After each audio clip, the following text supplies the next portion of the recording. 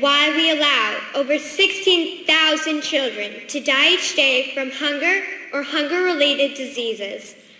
Help me understand why it is acceptable for the 0.1% to control majority of global resources while 6 million children die of starvation every year.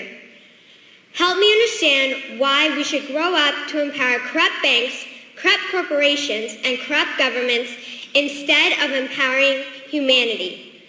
Please explain to me why we should value power and profit instead of people. Help me understand why 1 billion people are living on less than $1 a day, and of that 1 billion, 162 million people are living on less than 50 cents a day. It is unreasonable to believe that poverty occurs naturally. It is unreasonable to believe that people wake up and say, "Today I want to work hard," at not being able to eat. To quote Nelson Mandela, poverty is not an accident. Like slavery and apartheid, it is man-made and can be removed by the actions of human beings.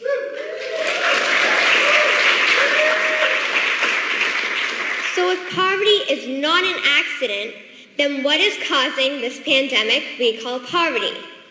It is the point of this speech to argue that a corrupt and violent group of people, through the use of governments, banks, and corporations, are causing the poverty we are seeing in our world. Allow me to explain how globalized banking is causing poverty, why this should matter to us, and how we can change it. What most of us understand is that extreme poverty occurs when people are not able to procure their basic needs, such as water, food, sanitation, clothing, healthcare, and education. What most of us do not understand is that the reason this type of extreme poverty exists on a global scale is due to the corruption of individuals in our banks, governments, and corporations. How do banks fit into the corruption? They are the credit creators. Nations access this credit, which creates the debt money that will be owed back to the bank. Attached to this debt money is compounded interest. This interest can never be repaid because the only ones allowed to create money is the banks. As a result, an exponentially growing national debt is created in every nation that borrows from these banks.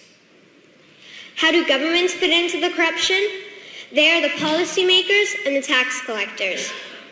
The corrupt politicians create policies that benefit the corrupt banks and corporations. These same politicians create taxation policies that lead to wealth redistribution from the poor to the wealthy bankers. Because the tax laws benefit the corrupt banks and corporations, the people who can least afford to be taxed carry majority of the burden. So how do corporations fit into the banking scam?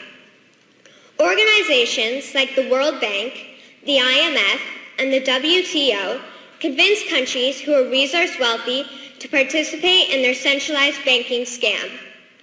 Government leaders who will not support the banks are forced out and new leaders are put in.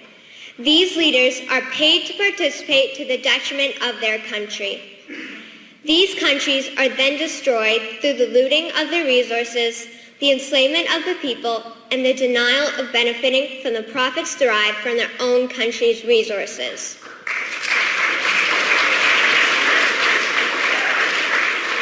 Why should this matter to us? It matters because if you and I were in a state of extreme poverty, we would want someone to save us from those imposing their corrupted will upon us. It matters because if we turn our eyes from the injustice, then we will have no excuse when injustice is thrust upon us. It matters because if we don't stop the corruption, my generation will most probably be slaves to the corrupt. How can we change our present course? One option is that every nation creates its own bank owned by the people and quickly phases out the banks that are subject to the policies of the BIS. Second, close down the entire global centralized banking scam, then make these corrupt criminals associated with these organizations accountable for what they have done. Third, each nation begins to create its own money supply to help create schools, hospitals, farms, and any other infrastructure needs. Any and all profit will go to the people and not private global corporations.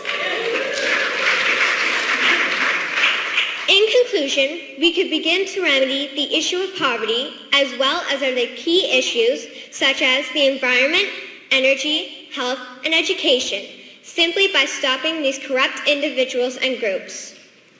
Albert Einstein once said, "The world as we have created it is a process of our thinking. It cannot be changed without changing our thinking. So let us change our thinking on governments, banks, and corporations so we can eradicate extreme poverty." Thank you. Ha ha